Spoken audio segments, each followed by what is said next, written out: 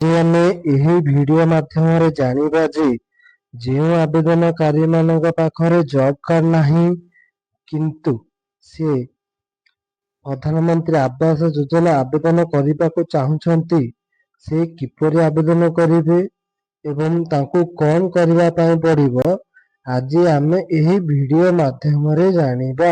ଯେଉଁ ଆବେଦନକାରୀମାନେ ପ୍ରଧାନମନ୍ତ୍ରୀ ଆବାସ ଯୋଜନା ଆବେଦନ କରିବା ପାଇଁ ଇଚ୍ଛୁକ ଅଟନ୍ତି କିନ୍ତୁ ତାଙ୍କ ପାଖରେ ଜବ୍ କାର୍ଡ ନାହିଁ, ସେ ମଧ୍ୟ ଆବେଦନ କରିପାରିବେ। ଜବ୍ କାର୍ଡ କିପରି ହେବ, କେମିତି ହେବ ଏବଂ ଜବ୍ କାର୍ଡ ପାଇଁ କଣ କଣ ସବୁ ଡକୁମେଣ୍ଟ ଦରକାର। ପ୍ରଥମେ ନିଜ ଆଧାର କାର୍ଡ, ନିଜ voter I card, bank passbook ଏବଂ ଗୋଟିଏ ହାଫ୍ ସାଇଜ୍ ଫଟୋ ସହ ନିଜ ଗ୍ରାମ ପଞ୍ଚାୟତରେ ନିଯୁକ୍ତି ପାଇଥିବା GRS କୁ ଏହି ସବୁ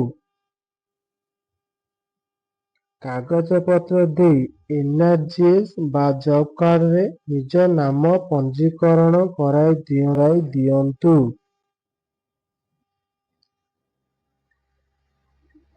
ଜବ୍ କାର୍ଡ ବା NRGS କାର୍ଡରେ ନାମ ପଞ୍ଜୀକରଣ କରାଇବା କିଛି ଦିନ ବ୍ୟବଧାନ ପରେ ଜବ୍ କାର୍ଡ ବା NRGS କାର୍ଡରେ ନିଜ ନାମ ପଞ୍ଜୀକରଣ ହୋଇସାରିବା ପରେ ଆପଣମାନେ ପ୍ରଧାନମନ୍ତ୍ରୀ ଆବାସ ଯୋଜନା ଆବେଦନ କରିପାରିବେ।